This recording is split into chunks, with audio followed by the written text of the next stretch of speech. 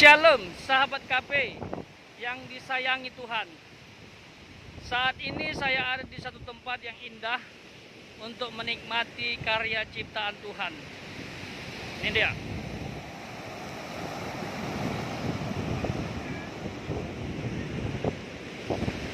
Salah satu cara untuk menyegarkan jiwa, karena alam Tuhan ciptakan untuk kita bersyukur bahwa Tuhan itu baik. Sambil menikmati keindahan alam, saya ingin tanggapi beberapa hal terkait dengan misteri Februari sampai Juli 2022 yang sudah kita bahas selama beberapa bulan terakhir.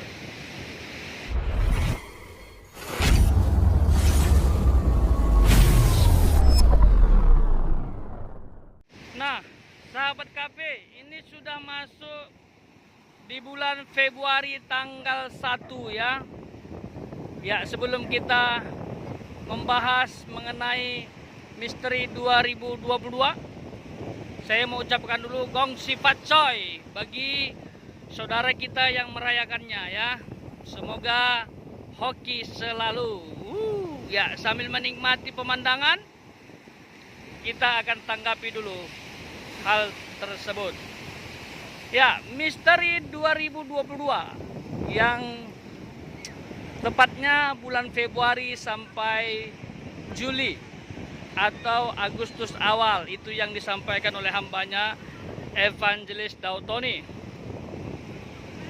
Dan kita sudah masuk di bulan Februari tanggal 1 lagi. Wow. Orang selalu bertanya, sahabat KP, apa yang akan terjadi? Kejadian apa yang akan menimpa Indonesia? Yaitu pertanyaannya ya. Ya, saya pikir sudah bisa ditebaklah. Karena peristiwa yang terjadi di alam semesta ini pasti ada tanda-tandanya. Ya.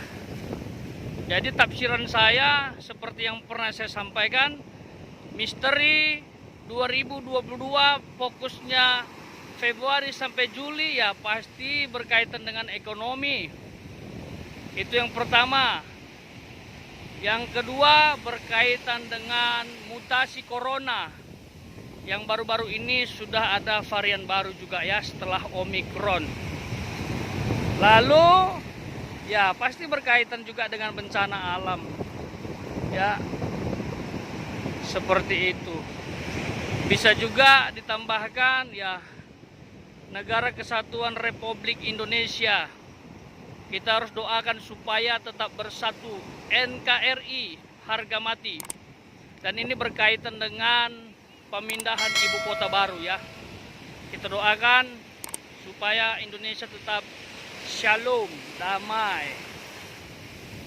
Itu sahabat KP. Nah, saya pikir nggak perlu khawatir ya terkait dengan pesan Tuhan untuk 2022 ini. Fokus Februari sampai Juli. Tuhan suruh kita berdoa ya, kita berdoa sajalah. Apa nak jadi, jadilah. Itu yang perlu kita sampaikan. Yang penting Tuhan berikan kita pundak yang kuat, iman yang kuat, dan kita mohon kepada Tuhan agar dilindungi dari setiap mara bahaya. Karena kita tidak bisa melawan kehendak Tuhan. Tapi kalau boleh ya Tuhan, kita doakan supaya Indonesia tetap aman, sejahtera, ekonomi lancar jaya, sekalipun dalam kondisi pandemi. Ya, kita doakan Bapak Presiden Joko Widodo supaya diberikan hikmat, kemampuan untuk memikul tanggung jawab menjalankan roda pemerintahan dengan baik beserta jajarannya. Ya, karena banyak pihak-pihak yang tidak bertanggung jawab, mulai membuli dan lain sebagainya, yang tak tahu diri itu, yang tak beretika. Kepala negara itu harus didukung, bukan dibully. Kita serahkan aja lah, Tuhan pakai dia kok. Setiap pemimpin tidak ada yang tanpa seizin Tuhan. Ya, terkait dengan pemindahan ibu kota, ya sudah, serahkan saja kepada Bapak Jokowi. Ya, banyak pertimbangan yang ya kita doakan supaya keputusan yang hambanya atau beliau ambil tidak salah. Begitu. Jadi jangan panik ya sahabat KP terkait dengan misteri. Kita lihat saja, kita saksi mata di mana Allah nanti berkarya, menyatakan kuasanya, menyatakan pertolongannya, perlindungannya bagi kita orang-orang percaya. Hambanya kan sudah bilang, kita harus percaya saja, beriman saja, walaupun terjadi hal-hal yang mungkin di luar keinginan kita, ya kita percaya Tuhan lindungi, Tuhan sertai. Ya, terkait dengan COVID-19, tolong jaga protokol kesehatan, jangan takabur atau sombong. Begitu ya, sahabat KP. Ya. Nah, saya ingin tanggapi terkait dengan vaksin Nusantara. Wah, ini agak sedih saya sebenarnya. Satu sisi saya yakin sekali vaksin ini sangat luar biasa, ya. Berkualitas, karya anak bangsa. Kenapa sih nggak ditonjolkan? Ya kan, bertanya-tanya saya. Sementara Bapak Jokowi sudah mengatakan dan pernah mengatakan kita dukung terus vaksin Nusantara, ya, dan akan terus diuji dan sudah terbukti sebenarnya ya kualitasnya. Banyak orang meragukan vaksin ini. Sebenarnya bisa dikerjakan dengan cepat untuk memenuhi kebutuhan anak bangsa, ya seperti PCR misalnya, ya seperti antigen misalnya kan bisa dalam waktu yang dekat, cepat, dan untuk banyak orang, ya bahkan jutaan pun bisa dalam satu hari kalau penyelenggaranya kerjasama dan waktu yang bersamaan walaupun beda tempat. Begitu. Ya, dan ditambah lagi saya bertanya-tanya, vaksin ini sebenarnya sudah bisa kita dapatkan, tetapi belum seperti vaksin-vaksin yang saat ini beredar. Ada katanya layanan rumah sakit. Makin bertanya lagi saya, maksudnya gimana ini? Dan bisa didapatkan di rumah sakit tertentu, misalnya di rumah sakit TNI atau yang lain begitu, itu pun seizin dokter katanya. Jadi sebenarnya kayak nggak direkomendasikan untuk booster gitu loh. Saya sendiri sampai sekarang belum mendapatkan booster. Saya tidak mau, saya lagi bergumul ya. Teman-teman saya sudah banyak itu divaksin booster, dapat AstraZeneca. Saya bilang saya menunggu vaksin Nusantara, tapi untuk mengaksesnya masih sulit. Sementara pejabat negara, orang-orang penting sudah dapat ya kan. Dan mereka katakan ini bagus vaksin ini untuk imun tubuh. Tapi untuk kita rakyat biasa, rakyat Indonesia, warga awam, sulit ini. Ya bagi sahabat KP yang bertanya-tanya, ya untuk saat ini belum bisa diakses seperti vaksin yang lain secara umum.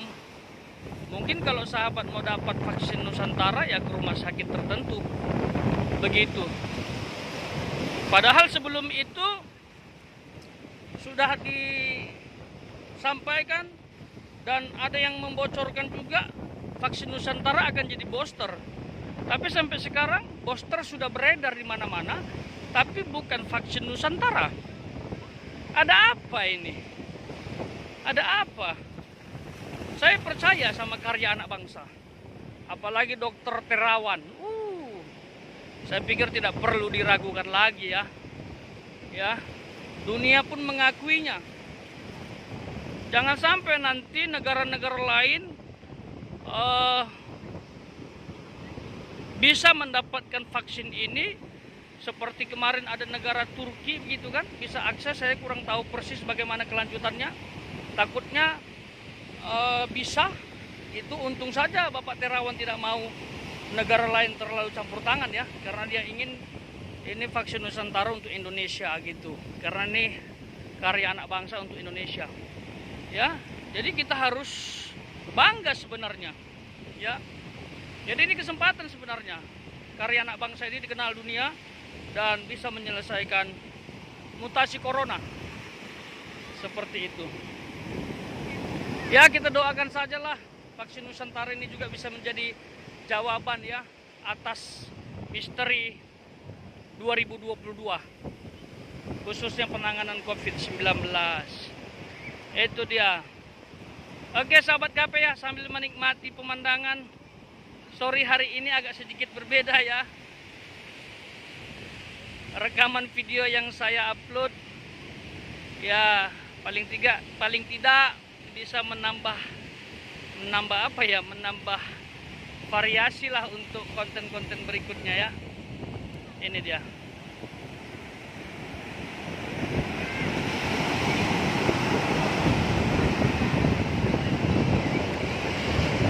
Ya kita nikmati dulu ya.